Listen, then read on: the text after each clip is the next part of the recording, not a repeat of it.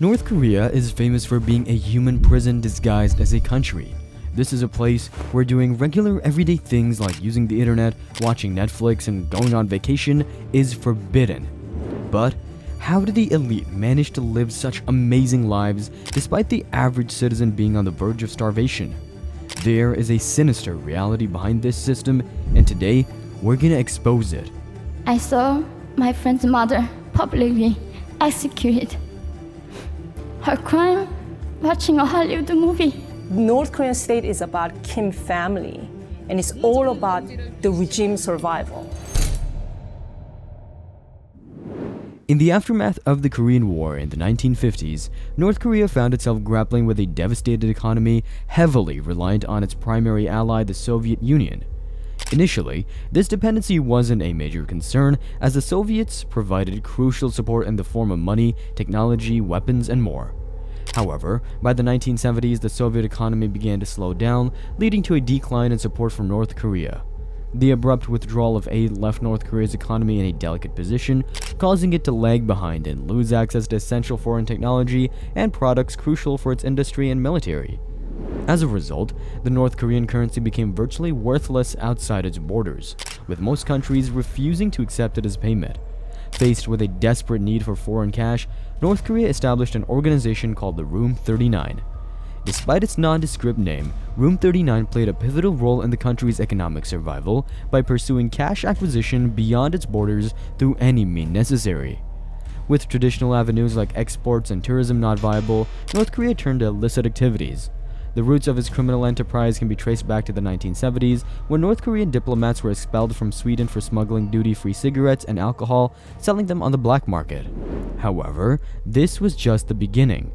From the 1980s onward, North Korea escalated its involvement in the production and global distribution of illegal narcotics. Described by North Korean refugees as a narco-state, the country, under the control of the Kim family, engaged in large-scale opium farming and drug manufacturing. You know how you keep hearing about North Korean citizens starving while the leadership lives a lavish lifestyle? Well, all of that is true. The money made through this unethical system all goes to the leadership. The public? Well, they only get the leftovers. According to the United Nations, over 40% of the North Korean population is malnourished. Coming back to the money-making business, unlike conventional drug cartels, North Korea enjoyed a unique advantage. It had no external government to contend with. They were the government. The state operated opium farms and labs, with diplomats and military vessels serving as conduits for delivering drugs to various countries worldwide, including China, the United States, Germany, and Russia. North Koreans have been arrested in many countries for trafficking huge quantities of illicit substances, ranging from cocaine and heroin to crystal meth. North Korean diplomats often find themselves at the center of these illegal activities, underscoring the intricate web of criminal operations orchestrated by the state. North Korea holds a distinct advantage over conventional criminals in its ability to equip smugglers with diplomatic passports. This grants them the ability to transport virtually anything into any country as diplomatic packages, immune to inspection by the host nation. Exploiting diplomatic protection, North Koreans engage in smuggling operations that extend beyond drugs, encompassing a wide array of illicit goods with hefty profit margins. Incidents include the smuggling of weapons into conflict zones and the trafficking of sanctioned items such as blood diamonds, elephant tusks, and rhino horns out of Africa for resale elsewhere. In pursuit of diversification, North Korea has also started producing counterfeit currency, specializing in fake US dollars, particularly the $100 bills. According to the US Secret Service, North Korean counterfeit bills are renowned as the most sophisticated in the world, crafted by highly skilled experts using advanced equipment sourced from Japan, paper from Hong Kong, and ink from France.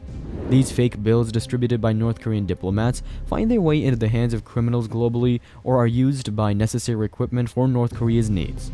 Despite the US government's awareness of these activities for the past 2 decades, efforts to stop them have proven mostly useless, with North Korean counterfeit bills surfacing worldwide, including in locations like Las Vegas. Since the early 1990s, North Korea has been building a strong army of hackers. Under Kim Jong-un's leadership, their focus shifted from mere espionage to lucrative ventures. In 2016, the Lazarus Group, a North Korean hacker group, breached the Central Bank of Bangladesh, siphoning off $100 million from the country's foreign currency reserve to North Korean-linked accounts.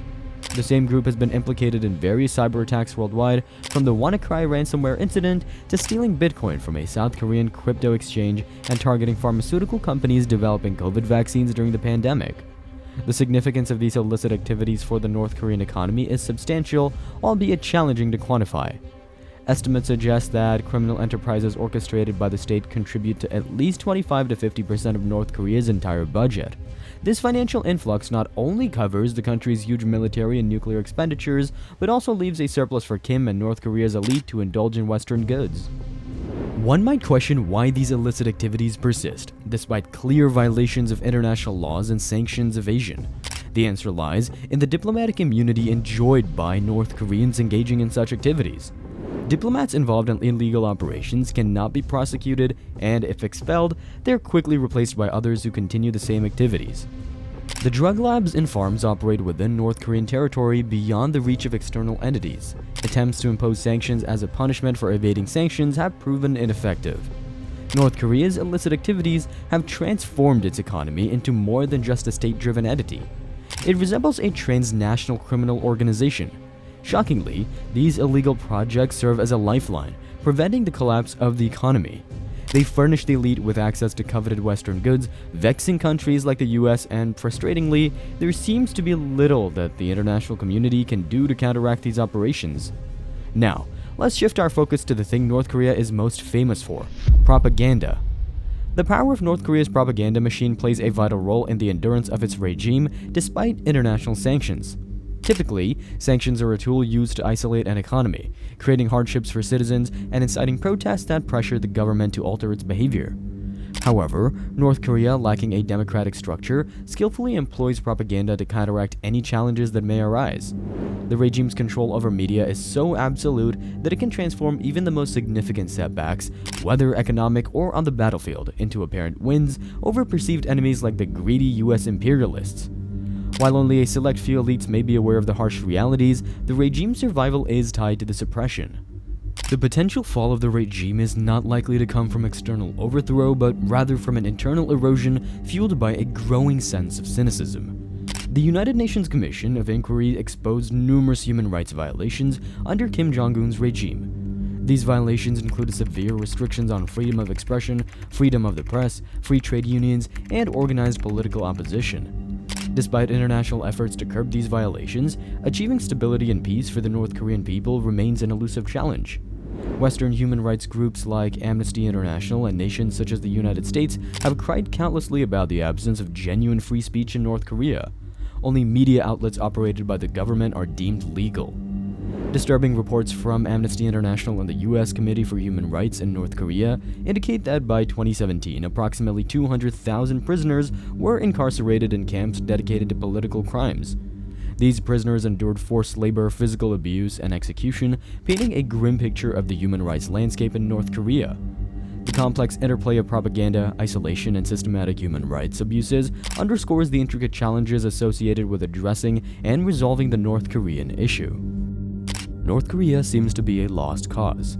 Less than 1,000 people escape the country each year, and many actually get caught and have unimaginable horrors waiting for them. The superpowers of the world have tried many times to intervene and resolve the country's issues, but the truth is that till the Kim family stays in power, there is almost no hope.